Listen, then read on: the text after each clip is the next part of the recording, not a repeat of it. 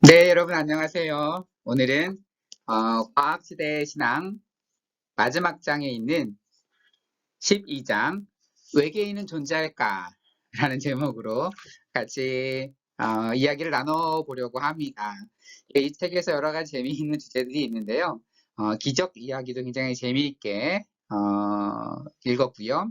그리고 이제 외계인에 대한 부분 거의 많은 책에서 다루지 않는 그런 내용입니다.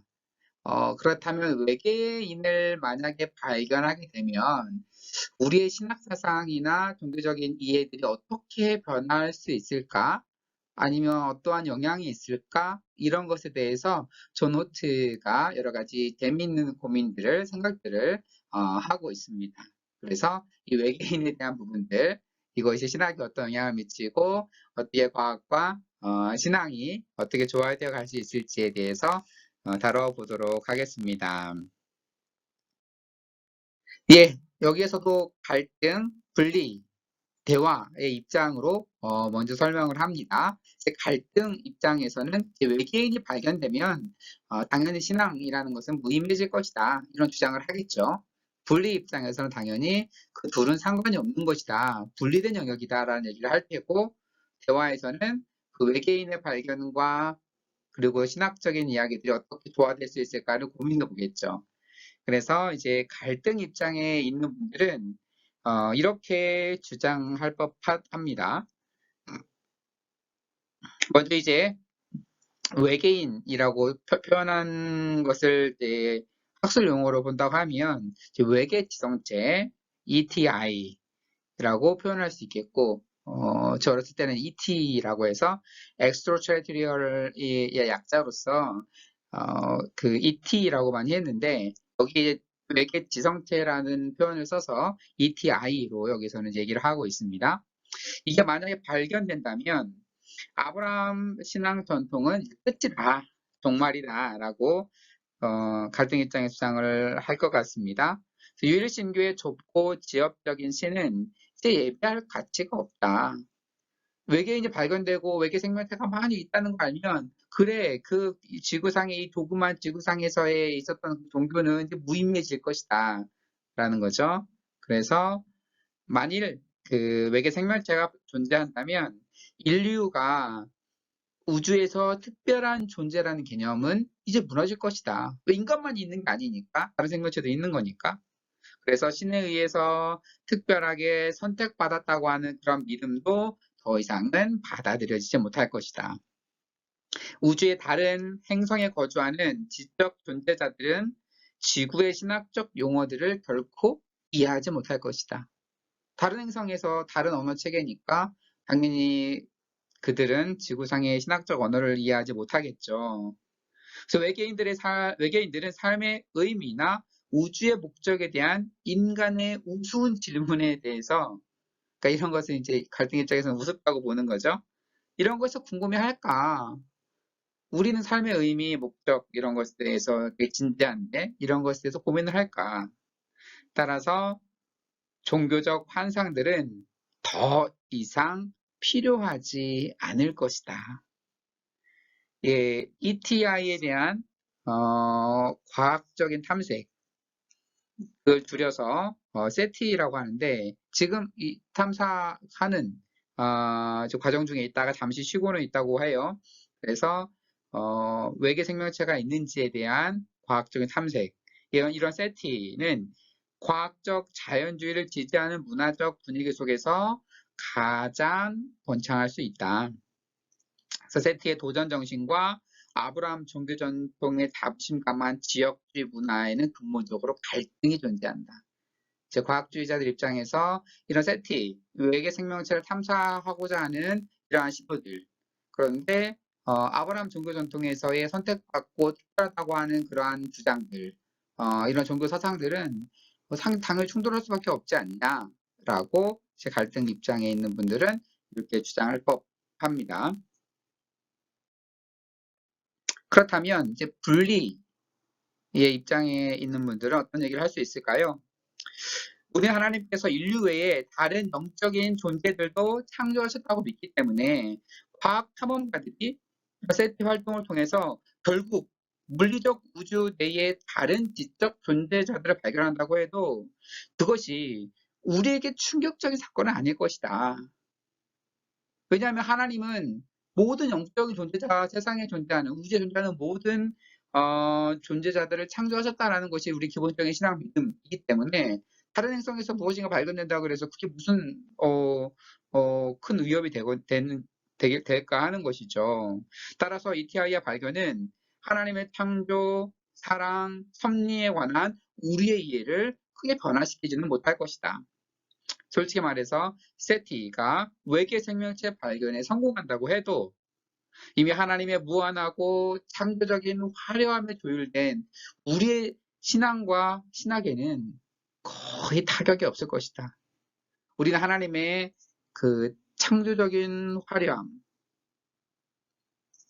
하나님의 창조가 어마어마하게 위대하고 장엄하고 이런 것들을 우리가 찬양하고 했던 것이 기독교 신앙인데, 전통인데, 만약에 외계 생명체 발견된다면 하나님의 창조 사역에 대한 다른 부분으로 볼 수 있는 거지 이게 어떻게 신학의 문제가 되느냐라고 얘기를 하는 거죠.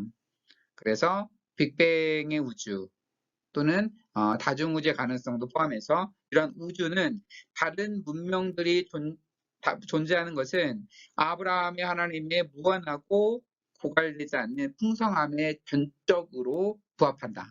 아브라함의 하나님은 어떤 하나님이냐? 무한하고 풍성하신 분. 그렇다면 다른 문명이 존재한다는 것이 전통하고 잘 맞지 않냐 오히려.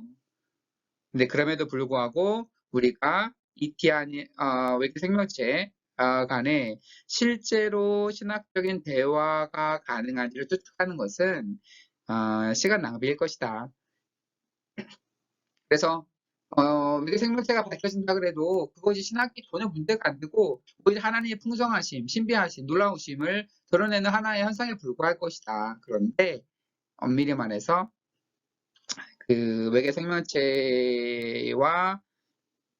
신학적 대화한다는 건 사실 불가능한 일이죠. 왜냐하면 우리 은하만 해도 지름이 그 10만 광년이 넘는데 우리 은하의 끝에서 끝까지 빛의 속도로 대화를 주고받는다고 해도 최소 20만 년 이상의 시간이 걸릴 텐데 어떻게 누가 그걸 가능하겠어요. 20만 년 이상을 사는 사람이 없는데. 그래서 결국 가능성은 있지만 그러한 대화를 상상하는 건 거의 뭐 불가능하다. 이렇게 분리해서 보자. 그러한 만약에 밝혀진다고 하더라도 신학적으로 문제가 되지는 않지만 사실 밝혀진다는 자체도 거의 불가능한 일이다. 네, 그런 얘기를 분리 입장에서 나눠서 좀 보려는 그런 입장입니다. 그렇다면 이제 대화 입장에서는 이 존 호트가 6가지 중요한 질문을 던지고 이에 대해 답하는 식으로 설명을 하고 있습니다. 첫 번째 질문은 만약에 우리가 ETI를 마주한다면 이 외계 생명체를 마주한다면 하나님이라고 하는 이 신 개념에 어떠한 변화가 있을까? 우리가 생각하고 있는 하나님 개념, 신 개념이 바뀔 수 있을까? 이러한 질문을 해보는 거죠. 그래서 다른 지적 세계와의 만남은 신학이 우주론의 발견을 통해 얻을 수 있는 유익일 뿐만 아니라 하나님의 신적 창조성의 개념을 확장할 수 있는 또 하나의 위대한 사건이 된다고 주장을 합니다. 신학적인 관점에서 모든 은하와 우주는 존재의 궁극적인 연합에 뿌리 내리고 있습니다. 따라서 우리의 우주 여행은 결코 우리와 전적으로 동떨어진 존재와의 만남을 가져올 수는 없다. 그래서 신학과 세티와의 연관성은 근본적으로 모든 가능한 세계들이 결국 한 분 하나님 안에서 동일한 기원을 갖고 있다는 신학적 확신에 있습니다. 그리고 한 분 하나님의 편재성에 의해 우리가 결국 발견할 수도 있는 모든 가능한 세계들은 결국 우리의 집이 확장된 것이 아닐까. 하나님은 편재성, 어디에나 계시다라는 것을 신학적으로 고백을 하고 있잖아요. 하나님은 단지 지구에만 계신 분이 아니고 우주에도 다른 데에도 계시다라고 모든 곳에 계시다라고 우리가 고백을 할 때에 만약에 외계 생명체나 외계 행성을 발견한다고 하면 거기 거기도 하나님이 계시는 곳이지 결국 우리의 집이 확장된 곳이지라고 볼 수 있다고 하는 겁니다. 그래서 그 유명한 토마스 아퀴나스는 신학대전에서 왜 하나님이 상당히 많은 다른 존재들을 창조하셨는가를 물으면서 이에 대한 질문을 답하면서 하나님의 무한성을 표현하는 데 있어서 한 존재에 부족한 것은 다른 존재에 채워지고 다른 존재에 부족한 모습은 또 다른 존재에 채워지고 또 다른 존재에 부족함은 또 다른 존재에 의해서 채워지기 때문에 그 하나님의 무한성을 표현하기 위해서는 수많은 다양한 종들이 필요하다라고 이런 식으로 아퀴나스는 논증을 하고 있습니다. 그래서 창조의 다양성은 무한하고 풍성한 창조주의 본성과 조화를 이룬다고 하는 겁니다. 그 다양하고 무한한 것은 하나님의 본성, 신의 본성이기 때문에. 그래서 이제 어찌 보면 재밌는 표현이죠. 제가 번역을 외계 신학이라고 번역을 했는데 이제 엑소테올로지라고 하는 부분이 등장할 하겠죠. 언젠가는 어떤 식으로든 이러한 이것을 대비하는 가장 좋은 방법은 우리 행성에 다양한 생명체가 있죠. 이미. 그리고 다양한 동물, 식물, 생태계를 다 포함해서 그래서 이미 우리는 이제 신학계에서는 생태신학을 얘기를 하고 있습니다. 이 생태신학을 조금 더 확장시키는 우리 지구상을 중심으로 해서 지구를 구성하는 모든 생태계를 다 포괄하는 신학적인 사상들이 이제 생태신학이라고 한다고 하면 이제 다른 외계 행성까지 뻗어나갈 수 있는 거기까지 다 포함한 사상들은 어떻게 보면 외계 신학이라고 하는 표현이 등장해야 되지 않을까 생각도 해보게 됩니다. 그럼 두 번째 질문. 우리가 우주에서 특별히 중요한 존재라는 생각은 사라질까? 인간은 되게 특별하고 하나님의 형상으로 창조되었다라고 고백을 합니다. 그런데 다른 행성에 다른 생명체가 존재하면 인간의 특별함은 사라지는 게 아닌가? 라고 주장할 수도 있을 거 아니에요.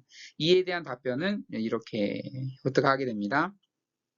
첫 번째로 우리는 우주 어디든 다른 인류가 존재할 수 있다는 예측이 생물학적으로 허용되지 않는다.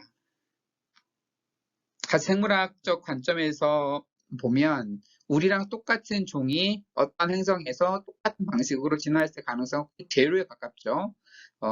사실 그 지구라는 행성이 존재하는 확률, 그리고 지구라는 곳에서 지성 존재인 인간이 존재할 확률도 거의 따지고 보면 거의 제로에 가까운 확률입니다. 거의 우연의 무한 반복으로 인해서 이렇게 생명체가 진짜 생명체 등장을 했는데 이러한 생명체가 다른 곳에 또 등장할 확률은 거의 없다라고 하는 거죠. 이거 생물학적으로 봐도 거의 제로에 가까워요. 그래서 사실은 하나의 종으로서의 인간의 특별성은 외계 생명체가 있더라도 충분히 보장된다고 하는 겁니다. 그래서 진화학자인 로런 아이슬리는 인류는 다른 곳이나 저 너머에서는 영원히 인간이 그곳에서 존재할 수는 없다라고 얘기를 하는 거죠. 자연 선택은 생물학적으로 결코 되돌릴 수 없는 독특한 유전자 방식으로 우주의 호모사피엔스를 출현시켰다. 이미 진화학자들 그렇게 얘기를 하는 거죠. 과학적인 예를 바탕으로만 봐도 외계 생명체가 인간의 독특함을 약화시키지는 않는다고 하는 겁니다. 그리고 둘째로 그 유일신교의 그 위대한 스승들에 따르면 우리는 다른 생명체보다 정신적 또는 윤리적으로 우월하다는 표지를 찾음으로써가 아니라 모든 곳에 있는 전 생명체를 향한 봉사와 자기 헌신의 길을 걸어감으로써 우리 인간의 위엄과 독특한 위엄과 가치를 드러낼 수 있습니다. 인간이 왜 특별하냐? 우리가 동물보다 식물보다 우월하기 때문에 특별하냐? 그게 아니다. 인간이 특별한 이유는 그 봉사와 희생정신, 갖고 있기 때문에 인간이 특별하다고 볼 수 있는 것이지. 이렇게 본다고 하면 우리가 외계 생명체가 등장한다 그래서 우리의 봉사정신, 우리의 희생정신이 사라지는 것도 아니고 인간의 특별함은 여전히 중요하게 부각될 수 있는 겁니다. 우리 존재는 우리의 삶과 도덕적 노력을 우리 자신보다 더 거대하고 중요하며 지속적인 무언가를 향해 헌신하는 기회를 통해 부분적으로 드러납니다. 우리보다 어떤 의미에서든 더 우월하다고 할 수 있는 존재들과의 만남이 이러한 설명을 폐기하리라고는 생각할 수 없죠. 그러니까 결국 우리가 특별하다고 할 때, 특별히 중요하다고 할 때 이 중요하다는 의미를 어디서 찾느냐라고 하는 거죠. 우리가 식물보다, 동물보다, 무생물보다 특별하다라고 하는 곳에서 찾는다면 인간보다 더 특별한 어떠한 기능을 가진 어떠한 지적인 존재가자가 외부에 있으면 우리는 특별하지 않은 거 아니야 이렇게 볼 수도 있지만 우리의 특별함, 인간의 특별함은 거기에 있다는 게 아닌 거죠. 인간의 특별함은 아무래도 희생과 봉사와 그러한 인간의 존엄성, 뭔가 헌신과 이런 부분에서 인간의 특별함이 존재한다고 하는 겁니다. 세 번째 질문, 특별하게 선택받았다는 아브라함 전통의 신념에는 어떠한 영향을 미칠까? 아브라함을 비롯된 유일신 종교들은 그 선민 사상, 선택받았다라고 하는 그런 생각을 가지고 있죠. 어떤 영향을 주게 될까요? 아브라함 신앙 전통에서 특별히 선택을 받았다는 사상은 특권을 암시했던 예전 이미지로부터 점점 탈피하고 있습니다. 물론 예전에는 이스라엘 백성들이, 유대인들이 자신들을 선택받았다라고 하는 특별한 선민의식이 있었어요. 선택받은 민족이라는 의식이 있었지만 이제는 점점 기독교 역사를 거쳐오면서 그런 건 사라지고 지금 기독교인이라 그래서 종교를 가진 아브라함 종교 전통에 있다 그래서 나는 선택받고 특별한 사람이야 라고 생각하는 그러한 의식은 점점 강화되지 않고 있습니다. 선택이라는 것은 하나님으로부터 특별하게 부름받거나 구별되었음을 뜻하는 것인데 이는 본질적으로 우리가 온 우주 공동체와 근본적으로 다르다는 우월성을 부여하는 것이 아닌 생명과 정의의 근원을 섬기는 소명이다. 그래서 우리가 여전히 선택받았다. 내가 신앙을 갖고 선택받았다라고 할 때에 내가 남들보다 다르다라는 그런 얘기가 전혀 아닌 거죠. 어떤 의미에서 그 선택받았다라고 표현할 수 있냐라고 하면 그 피조물들을 섬기는 소명을 부여받았다라고 하는 거죠. 그래서 예언자 전통은 소외되고 낯선 이들을 향한 온전한 포용의 모습을 보여줘 옵니다. 성경에도 보면 약한 자들에 대한 그리고 포용과 이런 얘기들이 계속 반복해서 나오고 있죠. 어떠한 특별한 선택을 받았으니까 그걸 즐겨라 이런 게 아니라 선택받았던 그 말은 돌보고 케어하고 이런 역할을 부여받았다라는 의미로 볼 수 있는 겁니다. 그래서 이 포용은 외계인에 대해서도 열려 있고 많은 지적 세계들을 탐구하는 것을 지지해 줍니다. 이태와의 접촉은 신앙의 중심적인 가르침과 실천을 포기하는 것이 아니라 오히려 그것들을 전적으로 활용하도록 이끌어 줍니다. 결국 예언자 전통에서 낯선 사람들은 항상 포용의 대상, 환대의 대상이었습니다. 그렇다면 만약에 우리가 외계인들을 발견한다고 하면 당연히 외계인들도 기독교 전통에서는 굉장히 환대해야 되고 베풀어야 되고 또 케어해야 되는 그러한 사상으로 이어질 수 있는 거죠. 그래서 이것이 아브라함 신앙 전통을 파괴하는 것이 아니라 오히려 그 아브라함 신앙 전통을 잘 활용할 때에 외계인들에 대한 연구나 이런 것들이 더 활발하게 진행될 수 있다라고 볼 수 있겠습니다. 자, 아브라함 신앙 전통에서 보편적으로 적용 가능한 것은 외지인을 포용하는 환대의 이상입니다. 역사적으로 신앙인들이 낯선 문화와 행위의 사람들을 접촉했을 때 신앙과 신학의 해체에 직면하기보다는 오히려 더욱적으로 풍성해졌습니다. 기독교 역사에서 볼 수 있죠. 낯선 문명, 낯선 문화, 낯선 사람들하고 접했을 때에 기독교는 계속해서 대석되고 대석됩니다. 처음에 기독교는 유대인들만의 기독교였다가 이제 베드로를 통해서 고넬료에게 이방인에게 복음이 들어가고 바울을 통해서 이방 지역에게 다른 지역에게 복음이 퍼져나가고 그러면 다시 신학이 독립되고 한 그 역사의 과정이 지금의 현재 기독교의 모습입니다. 계속 영역을 확대가고 경계를 무너뜨려서 가고 넘어갔을 때에 그때마다 신학은 더욱더 풍성해짐을 경험했다고 하는 겁니다. 그래서 먼 미래에 행성 간의 여행이 일어난다면 외계 문화와의 접촉은 우리에게 성장을 위한 신선한 도전과 기회를 제공할 것이다. 그래서 언젠가 우주여행이 이루어지고 타 행성을 우리가 왔다 갔다 하는 세상 시대가 오면 그 문화에 맞게 계속적으로 재해석돼 가고 있을 겁니다. 그렇다면 결국 신학은 더욱더 풍성해질 것이다 라고 하는 주장입니다. 네 번째 질문, 우리의 신앙 전통과 신학이 다른 행성의 지적 존재자들에게도 적용될 수 있을까? 좀 재밌는 질문이죠.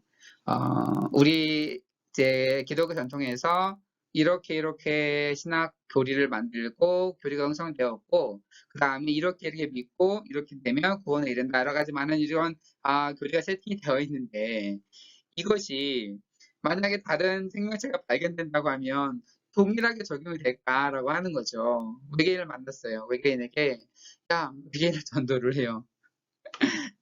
너도 예수를 믿어야 너도 구원을 받아. 이렇게 말하는 것이 가능할까?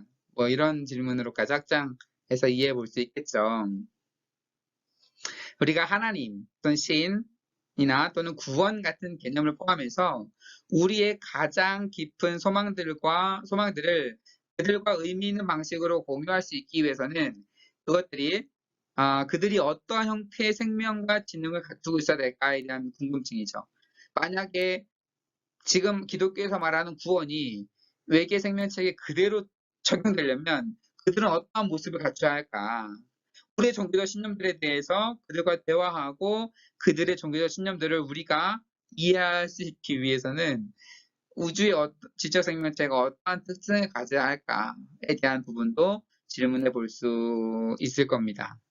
자, 이러한 질문들을 숙고하면서 우리는 우리의 종교가 내용과 표현 방식에 있어서 우리 행성의 독특한 자연적 특징으로부터 얼마나 많은 빚을 지고 있는지를 상기하게 된다라는 거예요. 그러니까 우리가 종교적인 고백들, 표현들, 예식들 하는 것들이 지금 이 지구상에 존재하는 것들과 상당수 밀접하게 연관되어 있다라고 하는 겁니다. 그래서 우리 자신의 반복적인 종교적 은유들은 지구의 특성들과 분리될 수 없다고 하는 겁니다. 여러 가지 성경에 나오는 수많은 은유들, 낮과 밤의 순환, 해와 달의 광채, 또한 사막, 시내, 강, 구름, 비, 폭풍, 이 모든 걸 동원해서 우리가 종교적인 상상이나 종교적인 것들과 다 연결이 되어서 성경에서 표현하고 있습니다. 그래서 이 지구상에 존재하는 자연상들, 지구상에 존재하는 것들을 제거해 놓고 그것과 독립된 종교적 교리가 훼손되는 것이 아니라고 하는 겁니다. 그래서 이제 하나의 그 예를 들면 영이라고 하는 spirit이라고 하는 성령 할 때는 holy spirit이라는 말을 쓰잖아요. 그런 거 spirit이라고 하는 이 단어는 라틴어 spiritus에서 왔는데 이 단어는 히브리어에서 루하흐나 헬라어에서 푸뉴마 이 두 단어가 똑같이 영이라는 뜻이 있지만 동시에 바람이라는 뜻도 가지고 있습니다. 그래서 물리적인 근원으로서의 땅의 활력 있는 분위기 이런 것도 의미하고 우리가 영이라는 표현들을 쓸 때에도 이것들도 이 지구상에 존재하는 자연현상과 굉장히 밀접하게 연결이 되어 있다고 하는 겁니다.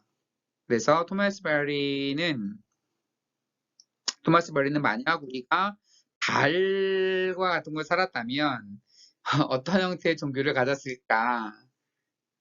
그렇다고 하면 이 스피릿이라고 한 단어도 지금 우리가 이해하는 단어식으로 설명할 수가 없었겠죠, 당연히. 거기는 어떠한 바람이 어떠한 식으로 있는, 우리랑 지금과 다른 모습일 테니까. 그래서 외계의 생태계에서는 땅, 생명, 종교적인 의미에 대해서 이제 서로 다르겠죠. 그렇다면 외계의 행성에 있는 존재자들이 종교를 가지고 있다면 그들의 그 문화, 환경, 생태 이런 것과 연관된 이미지들로 종교적인 상징들, 의미들, 교리들이 형성될 것이고 그렇다면 우리와는 완전히 다른 그러한 모습이지 않을까라고 추측해 볼 수 있겠습니다. 그래서 우리가 외계인들과 신학적 대화를 할 수 있는지를 살펴보기 위해서는 먼저 우리의 용어들을 명료하게 정의할 필요가 있습니다. 우리가 말하고 있는 생명, 종교적인 용어 중에서 중요한 용어는 생명, 지능, 이 종교, 이 4단어가 정확히 무엇을 말할까를 의미를 분석을 해봅니다. 생물이 살아있다라고 인식할 수 있게 해주는 것, 따라서 우리가 생물을 무생물과 물리 과정으로부터 구분하게 해주는 것. 생물이 구분하게 해주는 것은 생물이 어떠한 목적을 이루기 위해서 분투, 우리 앞에 지능이나 다른 장을 다룰 때 분투라는 용어가 계속 반복해서 나와요. 이 분투에서 실패나 성공의 가능성을 품고 있다는 특성을 우리 인간과 공유하는 데에 있습니다. 이 얘기는 뭐냐? 인간도 살아가는 그 과정이 분투해가는 과정입니다. 스트러글해가는, S는 뭔가 노력해가는 과정인 거고, 이러한 그 분투의 과정이 동물들에게도 있고, 동물도 각자 먹이를 위해서든 뭐를 위해서든 식물도 분투해가는 과정들이 있어요. 그래서 아이고, 제 방에 있는 여기 식물들도 이 잎을 보면 저쪽 그 창가 쪽으로 자꾸 이빨을 그쪽으로 향해서 뻗어요. 그래서 그러면 다시 또 여기 돌려놓으면 또 다시 모양을 틀어서 창가 쪽, 해쪽을 바라보게 됩니다. 빛을 받으려고 하는 하나의 분투의 과정인 거죠. 이러한 분투, 생명이 있다면 이러한 분투의 과정들이 당연히 있겠죠. 그래서 만약 우리가 지적 생명체를 발견한다면 어떠한 형태든 분투에 참여하고 있을 것이다. 물론 여러 가지 많은 부분들 다르겠지만 한 가지 우리가 공통점을 찾아볼 수 있다면 무엇인가를 향해서 애쓰지 않을까? 무엇인가를 향해서 분투하고 있지 않을까? 그렇다고 하면 분투하고 있다면 어떤 생명, 어떤 존재자라고 할 수 있지 않을까라는 거죠. 둘째로 만약 그것이 지적 생명체라면 그것은 우리가 이해하고 알고자 하는 갈망과 연결된 분투하는 존재일 것이다. 어떤 지능을 가졌다면 계속 갈망하고 하는 존재가 되겠죠. 그래서 종교라는 단어의 의미를 해석함에 있어서도 종교도 일종의 하나의 분투로 이해를 해보자. 종교는 다른 무엇인가 이게 이전에 목표를 향해 분투하는 특정한 종류의 인간의 삶이 드러나는 방식이다. 이렇게 정의해 볼 수 있지 않을까 하는 거예요. 종교가 뭐냐면 분투하는 특정한 종류의 인간의 삶이 드러나는 방식. 어떻게 살고자 하고 어떠한 걸 추구하고자 하는지 그런 분투하는 인간의 삶의 방식이 드러나는 것이다. 그 모든 화려한 상징적, 예전적, 도리적, 윤리적, 제도적 울타리 안에서 종교는 투쟁하고 탐험하고 희망하는 지적 삶의 표현이다. 이렇게 정리를 해볼 수가 있겠습니다. 외계인들이 우리가 지적 생명체라고 부를 만한 특징을 지니고 있다면 우리는 그들이 적어도 종교적 모험심을 받아들일 수 있는 능력이 있다고 기대할 수 있겠습니다. 결국 우리가 속해 있는 동일한 빅뱅 우주의 거주자이겠죠. 만약에 이 우주의 다른 행성에 살고 있다면 같은 빅뱅 우주의 거주자일 것이기 때문에 과학이 알려진 우주의 보편적인 특성들은 아마 그 세계도 적용이 될 겁니다. 그렇지 않겠어요? 우리 우주 안에서 빅뱅 우주로 인해서 만들어진 우리 우주 안에 있는 태양계에서 작동하는 그 물리적인 원리와 우리 우주 안에 있는 다른 행성, 우리가 알 수는 없지만 다른 행성 안에 어떠한 외계 생명체가 존재한다면 같은 물리 법칙이 작용을 한다라고 추정해 볼 수가 있겠죠. 그렇다면 우리가 살아있고 지각이 있고 지적인 존재들은 우리는 살아있고 지각이 있고 지적인 존재들은 모두 엔트로피의 법칙을 적용받아서 일시적이고 소멸하는 특성을 지니고 있죠. 인간은 누구나 죽을 수밖에 없는 그런 위기에 직면해 있죠. 따라서 모든 살아있고 지적인 존재들이 우리가 경험하는 것과 같은 물리적 한계를 경험할 것이기 때문에 그 한계를 극복할 수 있는 종교적 길을 찾고자 하는 시도에 관한 의미 있는 교류도 충분히 일어날 수 있겠지 않을까. 이 물리우주 안에 살고 있는 존재자라면 그 어떠한 존재자, 어떠한 생명체라고 하더라도 어떠한 외계 생명체라 하더라도 엔트로피의 법칙이 작용하기 때문에 소멸할 수밖에 없어요. 소멸할 수밖에 없다면 소멸하는 것에 대한 고민과 그것에 대한 여러 가지 생각들을 하게 될 테고 그렇다면 똑같진 않아도 유사한 종교적인 고민들을 그들도 할 수 있지 않을까. 충분히 이렇게 짐작해 볼 수 있을 겁니다. 그래서 그들도 이렇게 동일하게 그 종교적 고민들을 할 수 있다라고 생각해 볼 수 있겠고 그렇다면 언젠가 어떠한 재밌는 교류가 나중에 가능한 시대가 온다고 하면 어느 정도 비교해 볼 수 있는 그런 때가 오지 않을까 추측해 볼 수도 있겠습니다. 그렇다면 다섯 번째 질문, 다른 지적 존재의 발견이 우주의 목적이라고 하는 거대한 질문에 어떠한 영향을 미칠 수 있을까? 이 책의 다른 장에서 우주는 목적이 있는가에 대한 부분 다루고 있죠. 우주의 목적이 있을까? 그래서 우주의 목적을 충분히 말할 수 있다라고 주장을 했습니다. 그 다음 우주의 목적이 있다는 것과 다른 존재가 있다는 것이 어떠한 관계를 맺을 수 있을까라고 하는 것에 대한 질문인 거죠. 우주의 목적이 특정한 목적인이나 목표를 암시할 필요는 없다. 우주의 목적이 있다라고 하는 그 말 자체가 어떠한 그 목표를 향해서 나아가고 있다. 꼭 그렇게 말할 필요는 없다고 하는 겁니다. 목적은 매우 답답한 방식으로 미래를 향한 가능성을 닫아버리는 예정된 계획이나 설계 같은 것이 아니다. 어떻게 딱딱 설계되어 있고 딱딱 이렇게 정해져 있어서 이대로 이렇게 갈 거야 라고 하는 것이 그것이 목적이냐. 목적은 그런 얘기를 하는 것이 아니다. 우주의 목적을 확언하기 위해 우리가 필요한 것은 우주에 거부할 수 없는 중요한 무엇인가가 계속해서 존재하고 그것이 우주 전체와 단순히 우연이 아니라 근본적으로 묶여 있다는 것을 깨닫는 것이다.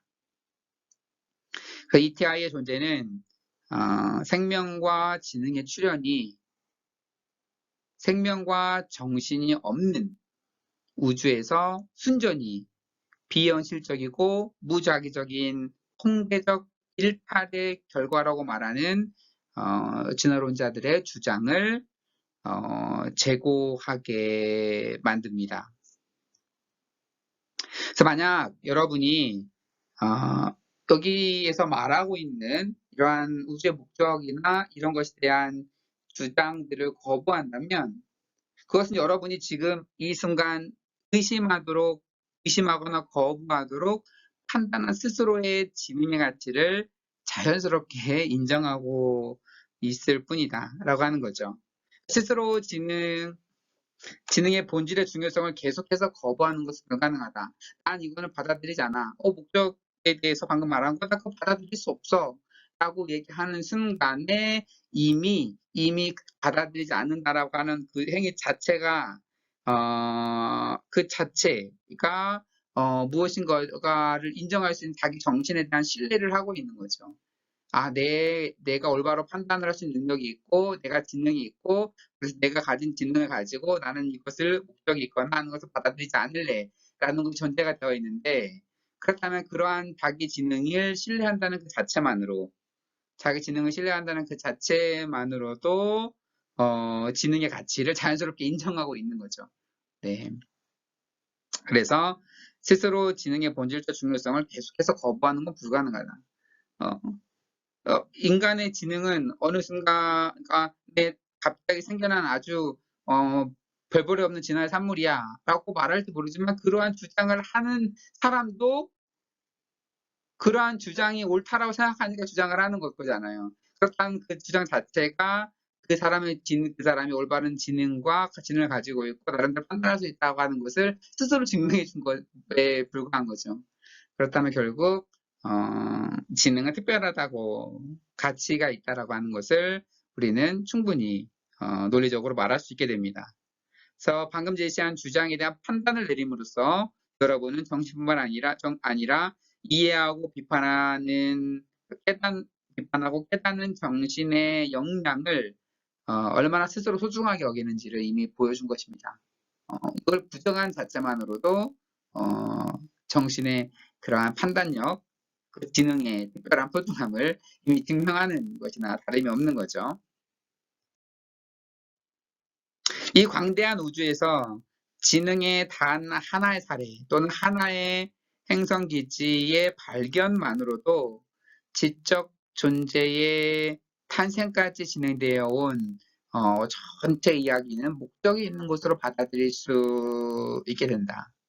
그렇죠? 단지 지구에서만 이러한 지능을 가진 존재가 존재했다 하더라도 이 넓은 우주에서 단지 이 지구 하나에만 이러한 지적 존재자가 존재하더라도 이러한 지적 존재자가 존재한다는 그 자체만으로 결국 우주에는 목적이 있었다라고 얘기할 수 있다라고 하는 거죠.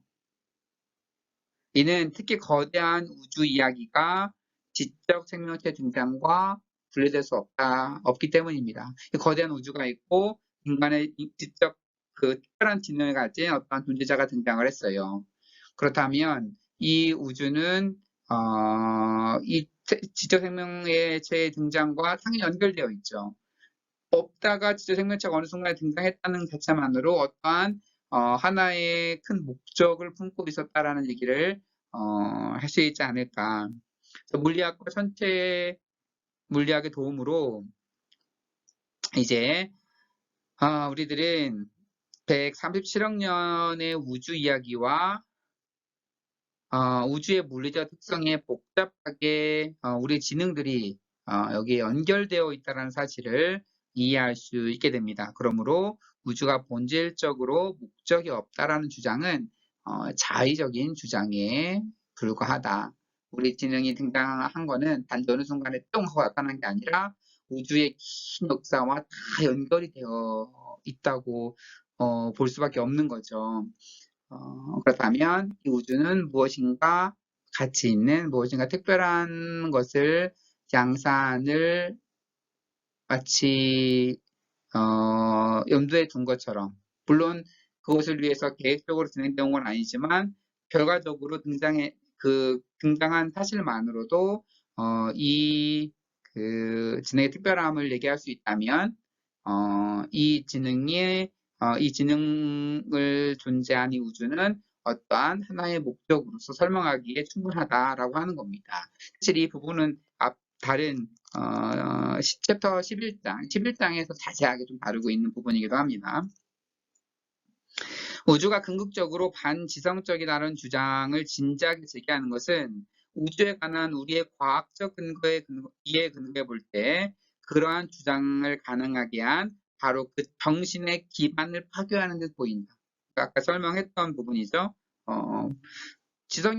우주에 있는 지성적 존재가 없다. 반지성적이다라는 주장 자체나 그 주장을 하는 그 주장 자체의 기반을 파괴하는 거죠. 이러한 주장이 신빙성을 얻으려면 그 주장을 하고 있는 그 자체만으로 그 사람은 특별한 지능을 갖고 있다라고 하는 것을 스스로 인정하는 그 형국이 됩니다. 그래서 본질적으로 비정식적인 우주는 목적이 없는 우주이지만 지적 생명체가 우연이 아니라 필연적으로 존재하는 우주를 목적이 없다고 지칭하기는 어렵다. 따라서 혹시 미래 어느 지점에 우주의 지적 존재들이 풍부하게 퍼져 있다는 사실이 발견된다면 이제 입증의 책임은 정신과 자연 사이의 본질적 연관성을 인정하지 않는 사람들이 얘기를 해야 될 것이다.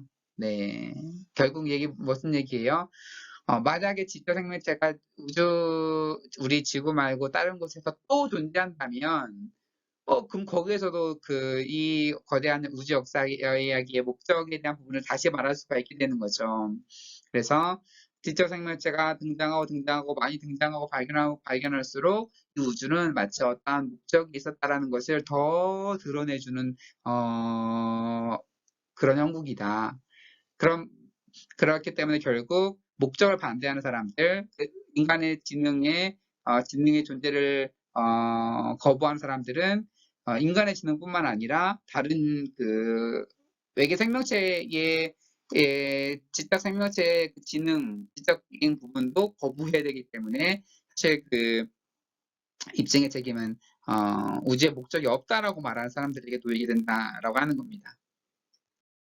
네, 마지막 6번째 질문입니다. 신앙과 신학은 우리에게 외계 생명체와의 만남을 수용하거나 환영할 수 있는 어떠한 개념적인 틀을 제공할 수 있을까?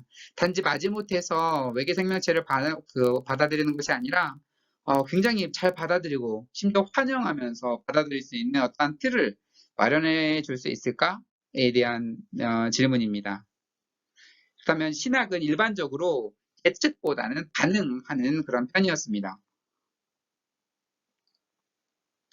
무슨 얘기냐면 어떠한 일이 벌어지면 거기에 대한 신학적인 담론들이 이어서 따로 나온다고 하는 거죠.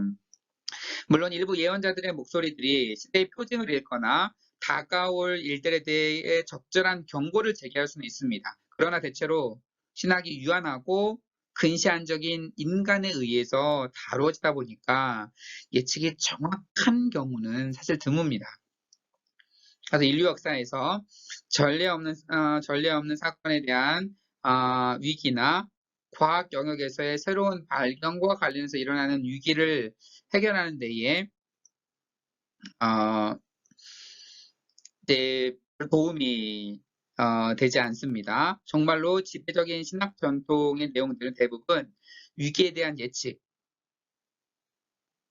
예측보다는 반응을 하는 거죠. 그래서 어떠한 어떠한 일이 일어날까를 예측하는 것은 큰 도움이 되지 않는다라고 하는 거고, 결국 무엇인가가 일어날까의 예측보다는 어떠한 일이 일어나게 되면 그것에 대한 반응들, 그래서 뭐 예를 들어서 이제 진화 이론이 등장하게 되면 거기에 대한 신학적인 담론들이 형성되어 가게 되는 거고, 천동설을 받아들이고 있다가 지동설이 등장하게 되자 이제 거기에 대한 어떤 담론들이 하게 되는 거고, 그래서 그렇게 해왔다라고 하는 거죠. 그동안의 신학 역사들은.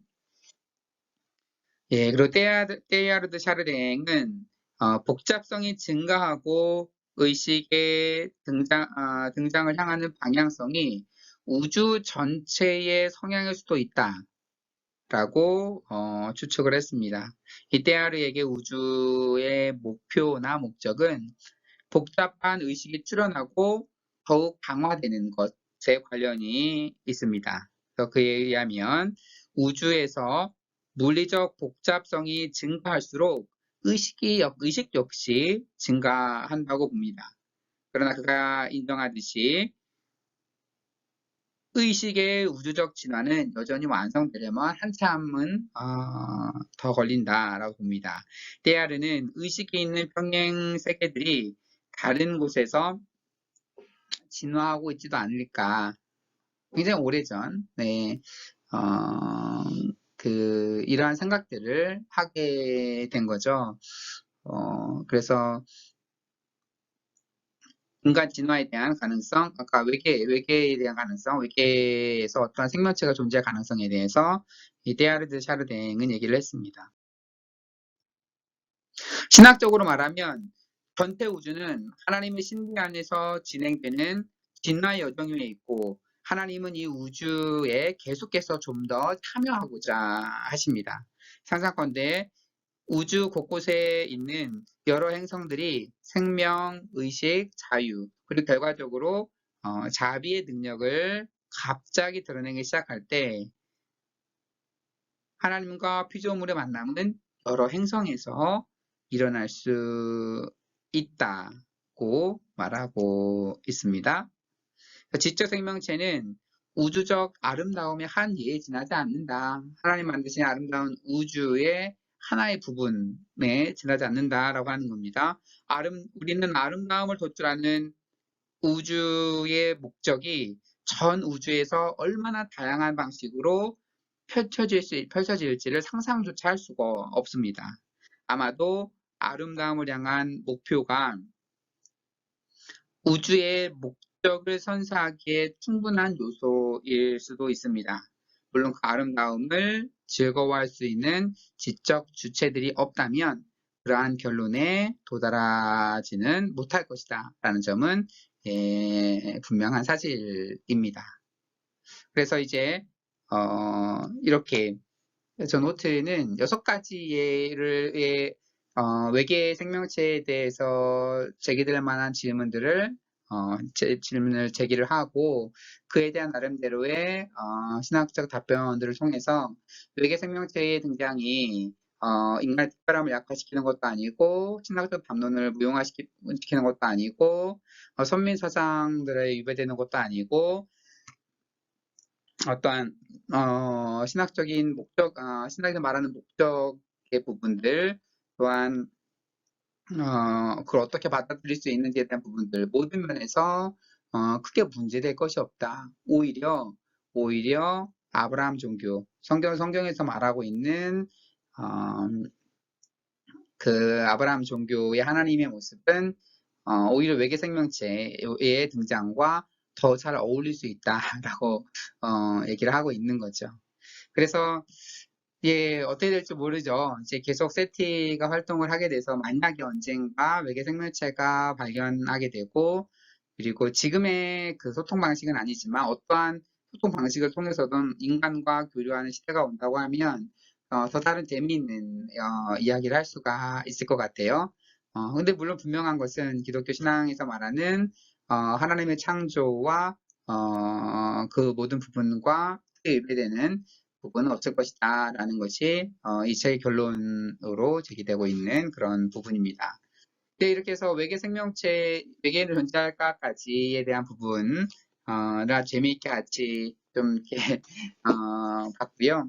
그래서 이 책의 다른 부분에서도 여러 가지 재미있는 주제에 대해서 다른 많은 이야기들을 하고 있습니다. 신학적 상상력을 동원해서 여러 가지 일을 생각해 보는 것은 나름 의미 있는 일이 아닐까 생각을 해보게 됩니다. 네, 그러면 이 강의를 마치도록 하고요. 다음 강의를 통해서 또 인사드리도록 하겠습니다. 네, 여러분 시청해 주셔서 감사합니다.